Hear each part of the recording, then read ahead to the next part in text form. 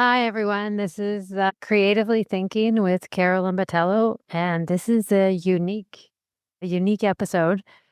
I decided to do one about an artist, the specific artist in history that really fascinated me, and that's what this episode is called. It's called My Fascination with Dali. So I'll just get started. I discovered this genius in high school, or was it somewhere in the collective consciousness that I saw his melting clocks? I'm not certain, but I know when I found this eclectically strange human with his peculiar mustache and his Spanish background, I was hooked. At the time, I was getting into The Doors and Aldous Huxley's Doors of Perception, Brave New World, and the Perennial Philosophy. My mind was a sponge back then. I wanted to learn as much as I could. Salvador Dali showed his absurdity on his sleeves. This was intriguing, to say the least. I wanted to see how he saw the world, because if I could see through the lens he saw the world, in my mind, I was guaranteed to have an entirely different and unique experience as well. A life filled with odd and magical perceptions that would manifest into beautifully layered images of wonder. That took a minute. I was looking for my book on Dali, yet I could only find my Dada and Surrealism book. This is good in a way, as he is not the only imaginative genius in Europe in the early 1900s.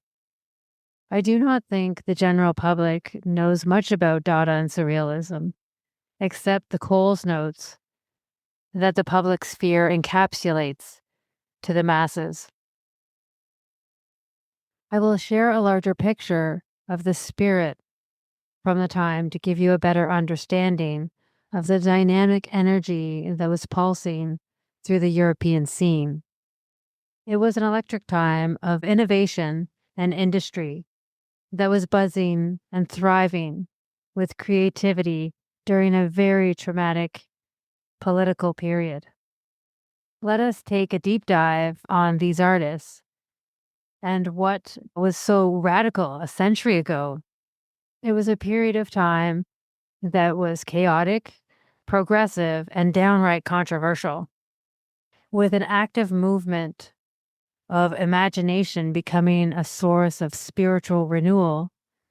There were veins of international networks exploring poetry, writing, philosophy, politics, and social change brought about by the rapid urbanization and advancements in technology and science.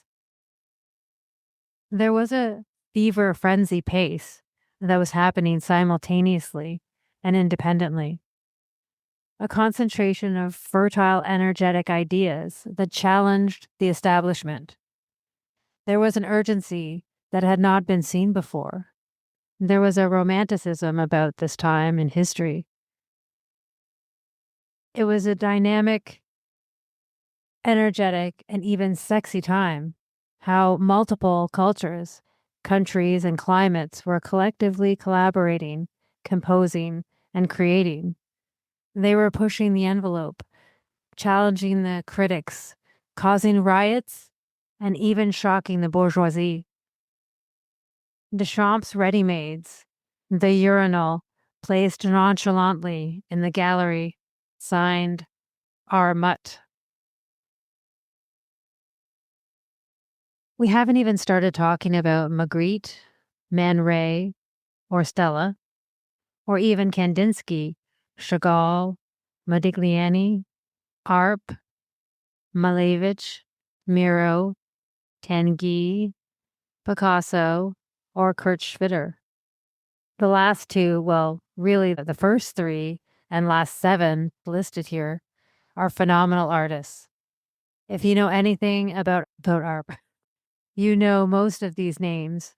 They were and still are pioneers of creativity. Salvador Dali, born May 11th, 1904, in Spain, was a talented artist as a child. having his first exhibition at the age of 14, and his first solo show in Barcelona at 21. Although his mother passed away when he was 21, he continued with his education at an art academy in Madrid. Meeting Picasso at 22, he began military service at 23. This leads him into objective aesthetic theory, where he writes a manifesto, allowing him into the Parisian Surrealist group. He evolves his paranormal aesthetic that coincides with his theoretical and philosophical leanings. He buys a fisherman's cottage in a port in Spain, where he spends most of his time, after promptly seducing Paul Eluard's wife Gala, who accompanies him to this cottage. In the 1930s, he exhibits and authors articles and screenplays in the USA. During the 1940s, he has a show with Juan Moreau at the Museum of Modern Art and begins illustrating for Walt Disney and Alfred Hitchcock's film Spellbound. In the 1950s, we have Dali continuing to exhibit, produce films, and hold lectures.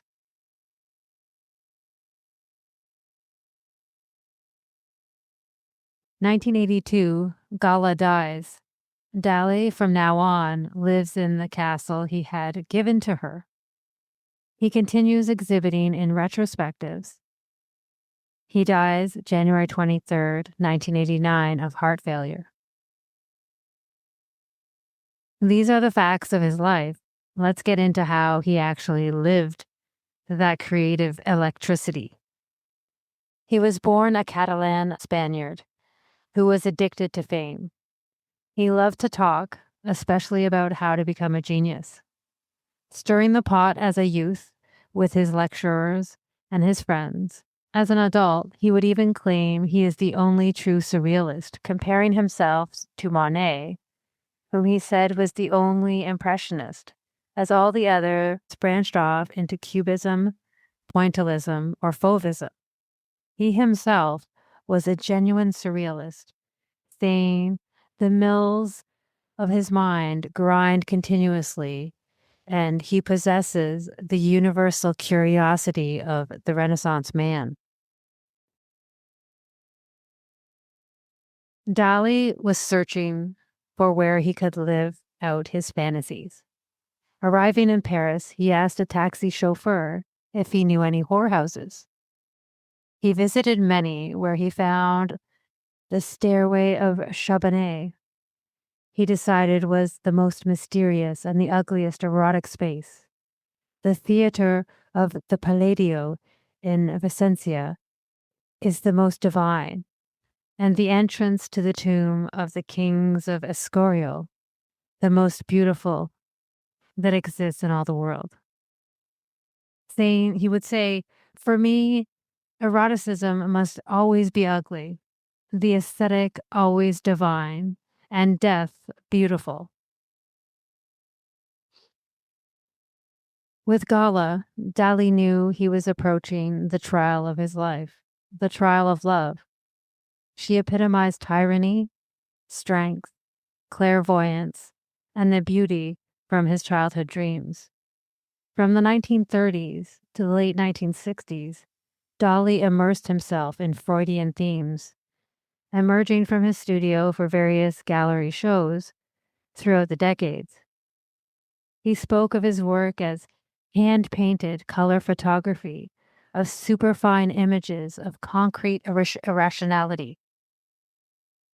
Taking some of his painting subjects into politics angered some of the prominent members of the Surrealist group. André Breton was infuriated by the likeness of Lenin in his Enigma of William Tell painting, further creating a rift between Dali and the Surrealists.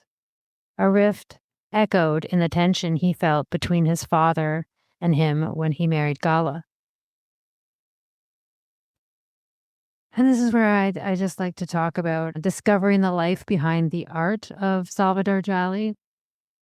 It's just as compelling as the artwork he created. The circumstances that surround the artists as they were working their magic with each brushstroke. To me, this is a significant part of both the metaphorical and physical layers that go into a work of art.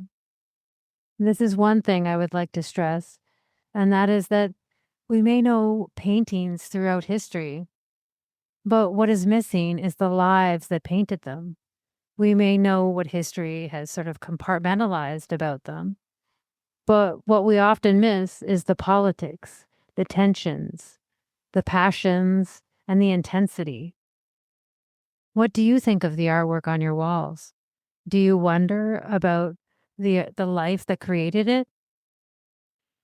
Join me in my discussions with creative professionals. And thank you for listening to the end, and I will see you next time. Remember to share, like, and comment on the Creatively Thinking with Carolyn B podcast. I know that this is kind of weird. I kind of keep forgetting to do this, but this is how others get to learn about sort of what's cool and what's trendy. And by others sharing the gems, they find out they're in the ether of the internet.